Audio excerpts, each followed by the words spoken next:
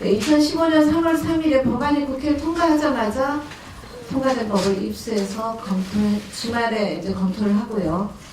그리고 오늘처럼 여러분들의 질문이 예상되는 부분에 대해서 답변을 드리는 기회를 가지게 되었습니다. 잘 아시는 것처럼 이해충돌 방지 규정은 빠져 있습니다. 당초 원하는 부정청탁 금지, 금품 등 수수 금지, 이해충돌 방지 이렇게 세 가지 파트로 나눠져 있었습니다. 그 중에 이제 앞에 두 분야만 통과되고 이해충돌 방지 부분은 아직 통과되지 못하고 있습니다. 이 이해충돌 방지 조항에 대해서 굉장히 얘기가 많이 있었지만 이해충돌 방지 조항은 쉽게 생각하면요, 장관이 자기 자녀를 특채 고용한다거나 공공기관이 자신의 친척이 운영하는 회사에 특혜 공사 발주를 주는 등 그런 사익을 추구하는 걸 금지시킨다는 겁니다. 이 부분은 반부패 정책의 매우 중요한 부분이라고 생각을 해서 함께 시행되어야 한다 이렇게 생각을 했는데 아시다시피 분리되어 일부만 통과를 하였습니다. 그 다음에 이제 가족의 범위를 배우자로 축소한 부분도 사실 저는 좀 아쉬운데요. 원안에서는 가족 개념을 이제 민법 779조의 가족 개념을 적용했습니다. 그래서 그걸 보면 배우자라든지 직계 혈족이라든지 형제 자매까지 넣었고요. 그 다음에 직계 혈족의 배우자의 직계 혈족, 배우자의 형제 자매는 같이 사는 경우에만 해당이 됩니다. 그러니까 직계 혈족의 이제 같이 사는 그 사위, 며느리, 장인, 장모, 시부모, 처제, 처남, 시누이, 시동생까지는 같이 살 때 해당하고요. 배우자나 직계 혈족, 그러니까 자기의 그 부모나 자녀들, 형제 자매까지는 같이 살지 않아도 해당하는 그런 이제 것이었는데 이것이 배우자로 축소되었습니다. 사실 전직 대통령의 자녀들이, 형님들이 많이 문제되어 왔지 않습니까? 그렇게 되면 이 축소가 좀 문제가 있지 않나. 왜 이렇게 넣었냐. 제가 나중에 불고지죄에서 잠깐 또 얘기하겠지만 본인이 받은 것과 동일시할 수 있는 경우라고 생각했기 때문에 이렇게 한 거거든요.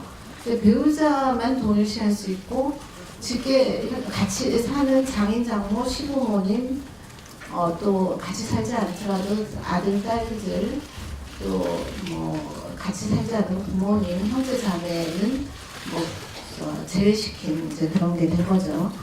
그래서 그 부분도 저는 좀 아쉬운 부분이다. 이제 통과된 법은 적용 대상을 공직자 외 언론사, 사립학교, 학교법인, 임직원 이런 식으로 좀 확대가 되었죠. 그래서 당초 원안에서는 공직사에 대한 반부패 문제에 대해서 혁신적인 접근을 하기 위해서 그 대상을 이제 공직자나 공공기관 이렇게 한정했던 것입니다. 이때 제 개인적인 생각은 우리 사회의 반부패 문제의 혁신을 위해서는 가장 먼저 공직 분야가 소선소원해야 된다, 이제 이런 생각을 했던 것입니다. 우선 공직 분야의 변화를 추진한 다음에 그 다음 단계로 민간 분야에 확산시켜야 되겠다, 이렇게 생각을 했던 것입니다. 사실 민간 분야의 부패 차별은 매우 심각한 문제입니다. 하지만 이번에 이미 국회에서 민간 분야 일부에 대해서 반부패 문제를 개혁하려고 한 마당에 이제 좀 당겨지기는 한 거죠. 그래서 이를 잘못되었다고 비판하기만 하고 있을 수는 없다고 생각을 합니다. 장차 확대시켜 나가야 될 부분이 일찍 확대되었을 뿐이기 때문입니다. 또 이는 특히 공공성이 강한 분야의 확대를 시도한 것이어서 평등권의 문제를 침해한 문제라고 생각을 하지 않습니다. 또 우리 국민의 69.8%가 사립학교 교직원과 언론인까지 법 적용 대상에 포함된 것에 대해서 바람직하다 이렇게 평했다는 언론조사 결과를 봤습니다. 그런 걸 보면 이것이 과잉입법이라든지 비례 원칙을 위배하였다고 보기 어렵습니다. 그런데 이제 다만 언론 부분에 대해서는 지금이라도 우리 헌법상의 언론의 자유가 침해되지 않도록 특단의 조치가 마련되어야 한다고 생각을 합니다. 예컨대 수사 착수를 할 때 그 일정한 소명이 있어야만 수사 착수를 할 수 있게 한다든지, 또 수사 착수 시에 언론사에 사전 통보를 한다든지, 이런 장치가 필요하다. 왜냐하면 언론의 자유는 특별히 보호되어야 하는 아주 중요한 민주적 가치와 꼭 필요한 가치와 꼭 필수적인 가치를 유지하는데, 민주적 가치를 유지하는데 꼭 필수적인 그런 자유이기 때문입니다. 직무 관련성이 없어도 100만 원 초과 금품을 받았을 때 처벌하는 조항이 위헌이 아니냐, 이제 이런 얘기가 많이 있습니다. 통과된 법은 공직자의 경우에 100만 원 초과하는 금품을 수사할 경우 직무 관련성이 없어도 처벌하게 되어 있는데, 이 조항은 그 다음에 예외조항과 연계해서 해석해야 오해의 소지가 없어집니다. 예외조항은 강의 사례금이라든지 경력금이라든지 사교, 의뢰 또는 부조 목적의 금품이라든지 사적거래로 인한 채무 이행 금품 등 이런 걸 쭉 나열하고 있죠. 그리고 이제 마지막 8번째는 사회 상규에 따라 허용되는 금품 이렇게 규정을 하고 있습니다. 그래서 따라서 이 조항의 의미는 단순히 직무 관련성이 없다는 측면뿐 아니라 사회 상규상 허용되느냐의 여부를 살펴서 해석해야 됩니다. 사회 상규상 공직자가 공짜 돈 봉투를 받거나 접대를 받거나 그래야만 될 만한 합당한 이유가 있냐, 이게 우리 사회 상규잖아요. 이제 그거에 따라서 처벌 여부를 정하는 것이죠. 아무나 조건 없이 호의로 돈 봉투를 돌렸다. 근데 공직자가 도대체 그 돈 봉투를 받아야 되느냐, 이제 이것이 평소 자기 사람을 만들기 위해서 도움이 되는 것처럼 미래를 예비하는 등 그런 속셈을 가지고 있을 수밖에 없는 것 아니냐. 세상에 공짜는 없다, 저는 이렇게 생각을 하고요. 공짜가 있다면 수선, 불우이웃 돕기나 이런 자선, 기부 이런 그런 경우는 있을 수 있겠죠. 근데 공직자가 불우이웃도 아니고 자선, 기부를 받아야 될 대상이 아니지 않습니까?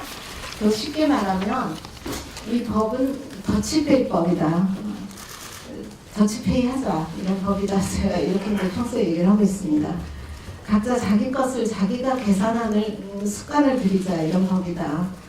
금품 등 수수와 관련해서 예외조항으로 사교나 의뢰 이런 걸 규정하고 있지만 그게 애매해서 수사기관의 권한 남용, 검찰공화국, 경찰공화국 우려가 있다, 이제 이런 주장에 대해서도 검찰과 경찰이 수사권을 남용했다.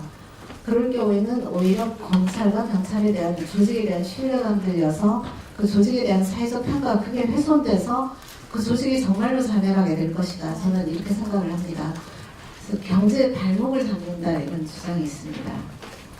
우리 사회 일각에서 이 법에 의한 부패 척결이 중소자영업자, 굴부장 등의 영업 감소를 가져올 것이다, 이런 주장도 있습니다. 저는 이게 큰 그림을 보지 않은 것이다, 이렇게 생각을 합니다. 부패를 없애는 것은 동시에 경제적으로 더 큰 성장을 가져옵니다. 부패는 지금까지 우리나라 경제의 발목을 많이 잡아왔습니다. 부패는 또 불공정과 불평등을 낳습니다. 그래서 큰 그림에서 반부패는 경제 도약을 가져올 것이다, 저는 이렇게 생각을 하고 있습니다. 그리고 앞에서 언급한 것처럼 이번에 통과된 법은 아쉬운 점이 많습니다. 그러나 그렇다고 해서 시행도 해보기 전에 개정한다든지 수정한다든지 이런 이야기를 꺼내는 것은 너무 성급한 일이다, 이렇게 생각이 됩니다. 이 법은 근본적으로 우리의 오래된 관행과 습관, 문화를 바꾸는 데 목적이 있으므로 단순히 형사법적인 처벌 문제에 집착하기보다 근본적으로 우리 부패 문화를 바꾸는 데 역점을 둬야 한다고 생각을 합니다. 따라서 일단 시행하면서 부패 문화를 바꿔보고 그래도 개선되지 않으면 보다 강화된 조치를 오히려 추가해야 된다. 저는 이것이 순리라고 생각을 합니다. 이 법이 여기까지 온 것만도 정말 사실 저는 기적 같은 일이다, 이렇게 생각을 합니다. 국민 여러분과 언론의 역할이 결정적으로 컸다고 생각을 합니다. 이 자리를 빌려서 진심으로 감사하다는 말씀을 드리고 싶습니다. 전체 법안이 확정될 때까지 우리 사회의 집단지성이 건강한 방향으로 함께 해주실 것을 믿습니다.